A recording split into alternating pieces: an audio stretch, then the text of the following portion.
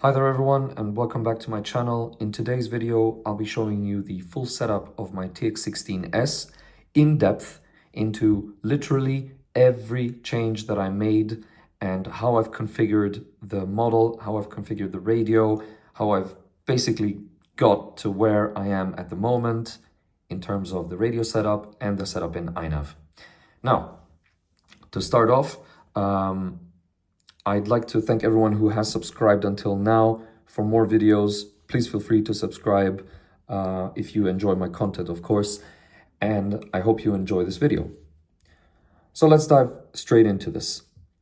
The first things I'd like to inform you regarding the radio is have a look at the previous video on how I built a Bluetooth module into this.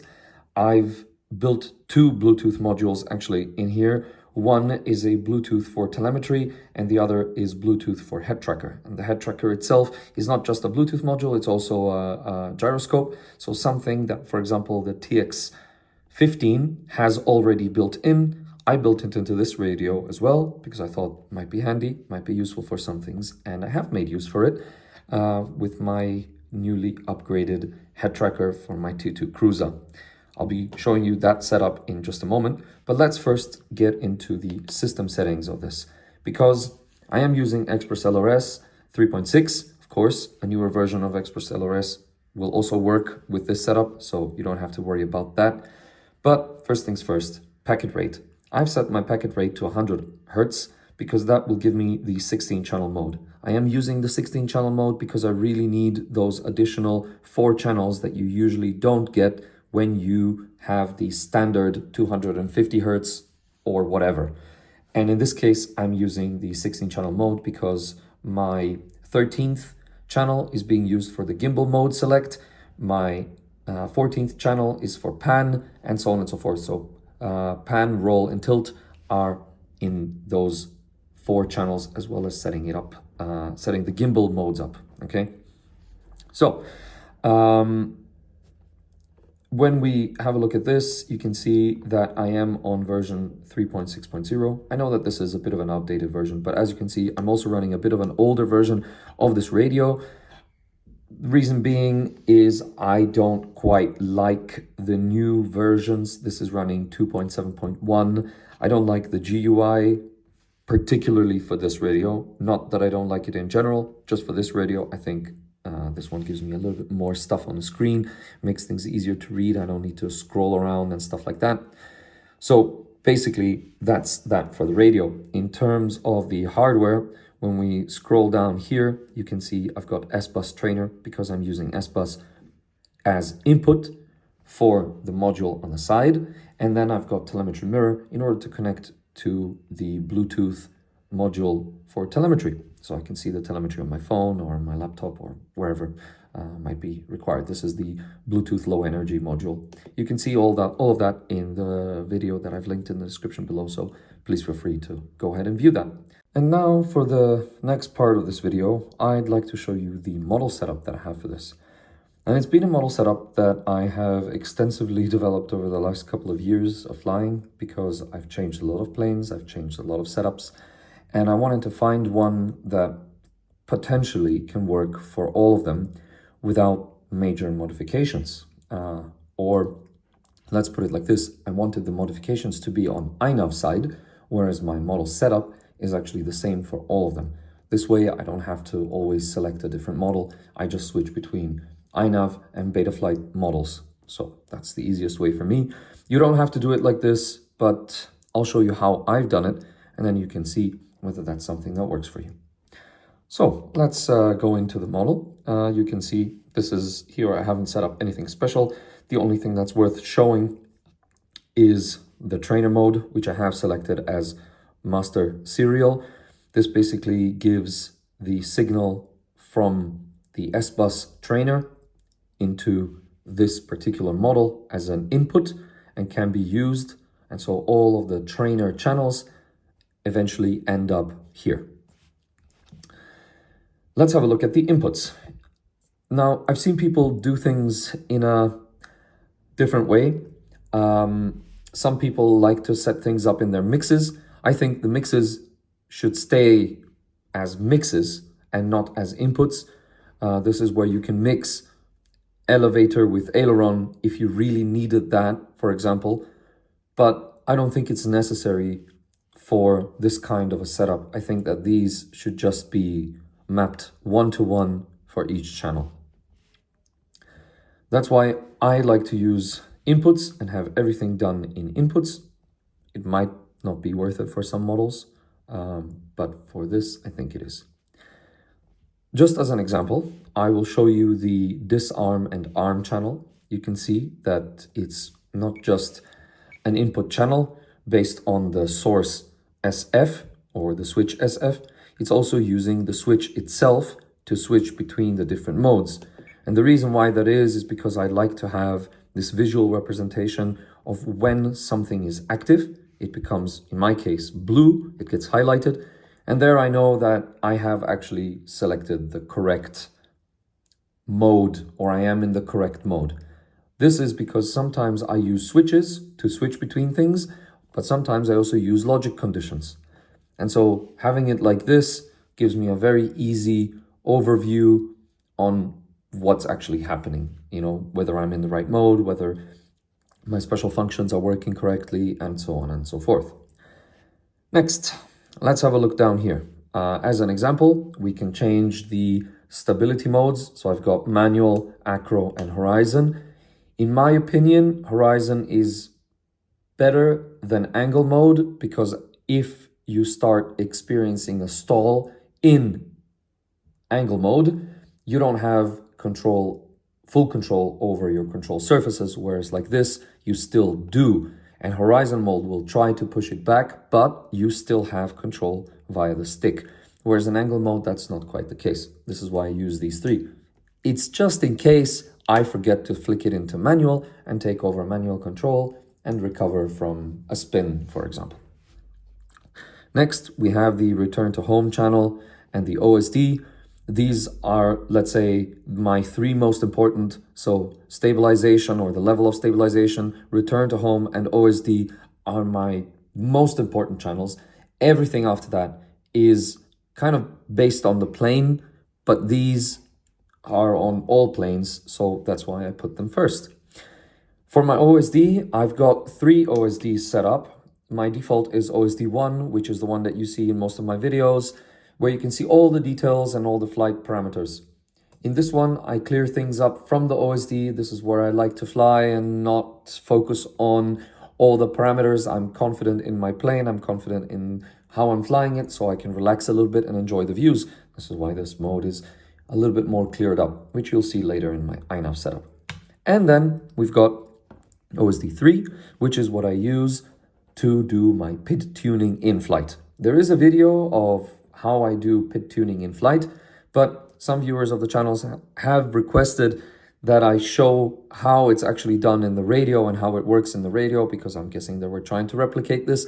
So we'll get over to that, but this is in special functions. So I'm going to show you that in just a moment. Next, I've got my VTOL modes, which I'm using this switch for. So SA governs my VTOL. I've got normal mode, where the props are basically facing forward. Then I've got transition mode, which is where they are at 45 degrees. And I've got vertical mode, where obviously they're pointed upwards and the plane is a tricopter. In this case, the T2 Cruiser is the tricopter. Next, I've got these select and adjust channels. And the reason why I have these is for when I use OSD number 3 and I'd like to do my PID tuning in flight. However, as you can see, it's using a switch called SI. And in my case, SI is this switch here at the back. This is something that you can add to the Mark II version of the TX16S. I'm not sure whether you can do the same for the Mark I version, but if you don't have this, you could configure it to the multi-position switch, for example, to number 6. This is how I had it when I had the Mark I radio. So when I pressed number 6, this would go into the selection and adjustment. And the reason why I have these on 2 separate channels, because one of them goes in value up. So it basically is governed by this GV3 global variable. And the other one goes up and down by 1000 or 1024 to be exact, where the default is 0. And the reason why that is because this is used to increment or decrement the number that I have currently selected. So this here I use to select between the P, I, and D for the different channels, the cruising throttle, etc., etc. And this one is used to increment or decrement the value itself. So when I press the switch at the back, you can see now I'm in the selection and adjustment, and you can see these two have highlighted, so that means they're active. As soon as I disable that, this goes to 0%, meaning it's completely disabled. And I'll show you how it looks like in INAV later. Obviously, I'm showing you the radio now, so I'll show you the other one, the other side a bit later. And finally, I've got all the other flight modes. So here I've got launch mode, I've got a horizon soar mode. So in this case, it's kind of like a heading hold plus soaring combined. The reason why I have that is because sometimes I just want the plane to go in a straight line and drop in altitude gently without losing too much speed and without stalling. In this case, this mode is quite useful because I can just aim the plane to where I want it to fly and just let it glide. It's a very nice mode that I have. It's a combination basically of two modes. But anyway, I've got my cruise mode, I've got waypoint and auto tune. And obviously the way that this is configured is one channel governs all of these, but it's actually different switches that do the switching between the things themselves. So this is launch mode. I can't have launch mode and cruise mode at the same time because it's all in one channel. So when I have launch mode, I can have launch mode and position hold, which is on the switch here. And what will happen is as soon as you launch the plane, it will go into position hold, so you can get ready once it's reached its altitude. It will just circle around, or you can put it into return to home. So it flies out from you and then just comes back. It climbs to whatever altitude you set, for example, 50 meters, and it will come back to you and just circle above you for you to get ready and take off and do whatever you want. Sometimes you don't want to take off with your goggles. Maybe your goggles are large. Maybe they just fall off your head more easily. So this is the kind of stuff that you can do when you have a mode like this. And then obviously I'm either launching the plane or I'm landing it. So I can't have both of these at the same time. Once I switch out of those, I can switch into cruise mode, waypoint mode, or auto tune. But in my case, auto tune is using the 6 position switch at 6. Okay. Sorry, actually that's 5. My mistake. So it's using the 6 position switch, and when the 6 position switch is in position 5, then it's in auto tune mode. I'll show you in a bit why I've done it like this. It's because that's similar to what I have on my TX15, but obviously because the TX15 is a very different setup and it doesn't have the same number of buttons, I tried to somehow make something that is very similar between these two radios. Something that's more intuitive, let's say. Then I've got my gimbal modes. So I've got a center lock, horizon lock, and this is both a horizon and roll lock mode. Finally, I've got my pan, tilt, and roll. But you will see that in this mode, I actually have 2 trainer inputs. Trainer 1, 2, and 3 are from the head tracker unit itself, and trainer 4 is from the radio itself. Because if you remember in the beginning of the video, I mentioned that the Bluetooth receiver that I'm using in this radio also has a gyroscope built in. So why not make use of that? So I can kind of point the radio in the direction where I want it. If I want to center things, I just give it a gentle tap on the side and it centers, and then I can turn the gimbal by turning the radio.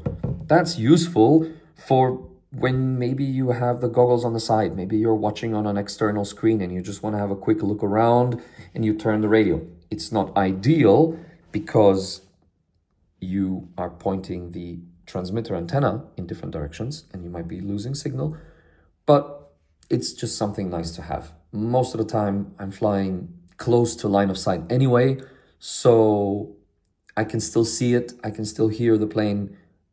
I'm not going to lose range. You know, I'm definitely not losing range on these kinds of things. So it's not really something to worry about. And the same goes for the head tracker, actually. Even if you have a head tracker that you've built onto your goggles, if you have directional antennas and you start moving your head, you might find that in certain situations you're losing signal. And so head tracker and long range don't quite go together, you know, so you have to choose either or. Anyway, this is why I have the pan, tilt, and roll channels set up like this. And the reason why they're 25%, or you can see 80 and 85, is because I've tried to tune the exact amount. So when I'm turning the radio, I want the camera to turn the exact same amount as I'm turning the radio, or sometimes I want it to turn more. Maybe I want to increase the sensitivity. In this case, I've decreased the sensitivity for all of these channels because I thought that this was applicable. And as you can see, I'm using 16 channels. So back to the ELRS settings that I mentioned previously, this is the reason why I need those 16 channels. But you might be asking, what's happening with those logic switches, right? So when we go into our global variables, this is where I showed you the selection and adjustment. I'll show you that in a moment, but because I think this is more interesting, we'll go over this first. We can see here at the end that I've got a couple of sticky XOR, etc. And the way that this works is that when you enable the mode to be in the second mode. Let's go step by step, okay? So I don't miss anything out. Here I have the gimbal mode, okay? These are my 3 gimbal modes, 1, 2, 3, right? In the middle, I've got a horizon lock. And then I can use the head tracker no matter what happens to the plane, okay? So even if there's turbulences and it's going a bit all over the place, this mode allows me to still look around, but always keep things level. So I've got number 2 selected, but then I want to choose how I'm actually going to control the gimbal. Either I'm going to control the gimbal using the S1, S2, for example. You can use these if you wanted to, or I can use the gyroscope that's in the radio right now, or I can use the head tracker. And that gets done by taking this switch and holding it. If you hold it for different amounts of times, it will switch between the different modes, okay? This is the way that it is set up. And let me show you that real quick. So the way that this works is, you can see now L10 is selected. If I hold L10 for longer, it will select L12, okay? So this is the way that it's basically selecting between the different modes. So in one case, you can see if I hold it for half a second, that's the 0.5 right there. If I hold it for half a second, it engages this switch and it's a sticky and it gets disabled by the same switch, okay? So when I press this, you see, this L13 lights up. When I hold it, this one becomes enabled. If I hold a bit longer, it switches and goes back to this one here, L12, okay? And that's the way that I'm switching between these modes, okay? So if I hold for half a second, one of them will be enabled. If I hold for longer than that, the second one will be enabled. If I just flick it real quick, because it's a momentary switch, I can disable. So it's like a momentary switch that's been turned into a 3-position switch. I don't know, maybe somebody will find this logic useful for something else. This is the kind of stuff that I do. Maybe it's a bit over the top, but might be useful for someone. Now let's have a look at what else is happening in terms of the things that will matter to you in terms of doing the PID tuning and all of that, okay? So when this switch is active at the back. I'm going to press it right now. We can go into our inputs tab, and you can see that the selection and adjustment is active. If we now go into our global variables, you can see that my selection is -1000. However, once I start clicking this, you can see that the value is changing and it's actually increasing, and it will increase in increments of 100 because this is the number, this is like the kinds of steps that I'm doing. So it will increase from -1000 to +1000, and basically 0 is 1500 ppm on that channel, and then -1000 is basically, I think it will be 1000 ppm, and then +1000 will be 2000 ppm. So it's basically, that's what's happening, okay? And then when I want to increase or decrease that value, I'm using the adjustment. And you can see here, when I press this button for a second, it actually switches to minus or plus 1024. And this is how I do my in-flight pit tuning, basically. So it's either going up or down, and I can just do this, and it always resets back to 0, because obviously when I go up, I want it to go up one step, and then when I want it to go down, it goes down one step, and that's how the value increases and decreases. Basically, that is pretty much it. I think the best thing for you to do at this point, if you like to play around with this, is download the setup for this model.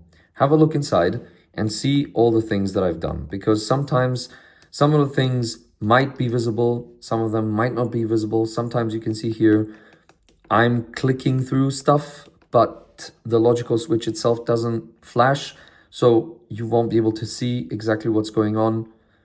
There's other things in here that I've programmed which you can maybe ignore. Some of them are for lights, some of them are for having lights on and having them turn off, and so on and so forth. So for example, I have a plane that I have lights on, but I don't want the lights to come on until I arm the plane.